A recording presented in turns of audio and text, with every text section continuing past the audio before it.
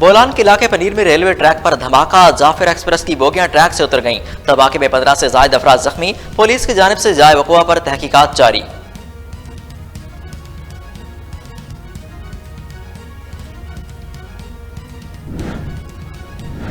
Speaker कौमी assembly ने मजीद 35 अरकान के इस्तीफे मंजूर कर लिए।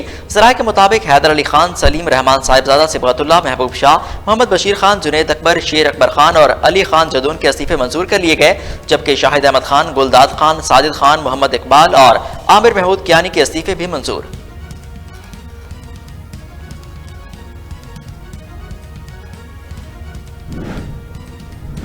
पीटीआई का कौमी असम्बली में वापस आने का इंदिया। कौमी असम्बली का आज होने वाला इजलास मौखर, एलामिया जारी। एलामी के मुताबिक कौमी असम्बली का आज सुबह 11 बजे होने वाला इजलास अब 27 जनवरी को होगा। स्पीकर ने फैसला कौमी असम्बली 2007 में बिजनेस कंडक्ट के रूल प्रोसीजर के रूल नंबर 49 के तहत किया।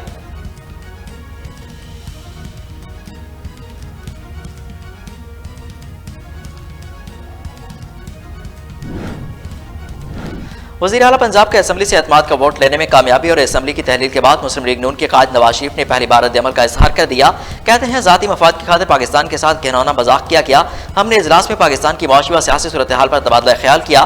पाकिस्तान को मुश्किल हालात से जल्द निकाला जाएगा और हम मुल्क को इन हालात से निकालेंगे।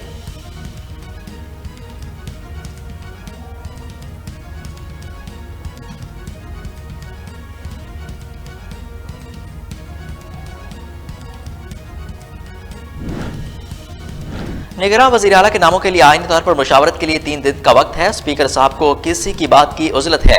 मुस्लिम लीग नून के सीनियर रहनुमा मलिक अहमद खान की निजी टीवी के प्रोग्राम में गुफ्तगू।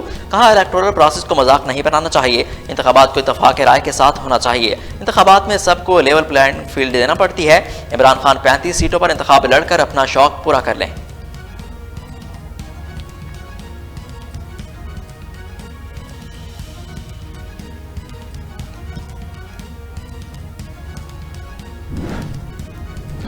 और निस्फ किलो वजनी क्वाडकॉप्टर ड्रोन ने रफ्तार का आलमी रिकॉर्ड कायम कर दिया। तस्वीर सोशल मीडिया पर वायरल।